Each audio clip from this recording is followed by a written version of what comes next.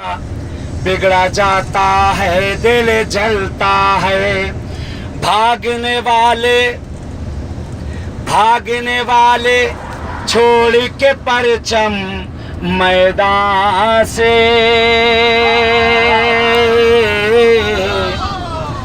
भागने वाले छोड़ के परचम मैदान से,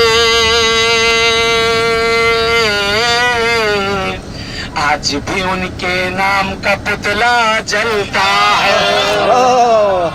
आज भी उनके नाम का पुतला जलता है।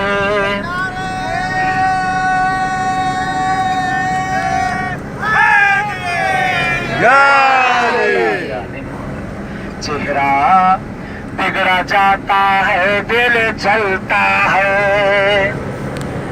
और बदल देखे, तारीफ होती है कि जब दूसरा करे।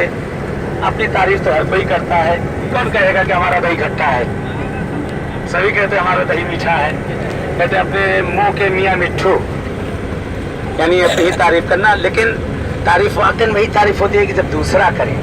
मौला अली खाली हमारे और आपके लिए नहीं, बल्कि गैरों के लिए ऐसा मौला ने किया है कि गैर भी ज़बान खोलने पर मजबूर हो गए। मुलाजा करिएगा।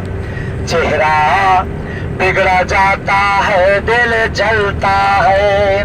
मेरे अली की कोई सखावत क्या जाने,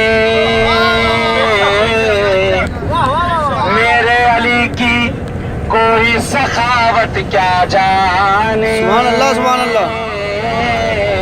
आज दुश्मन भी इनके टुकड़ों पर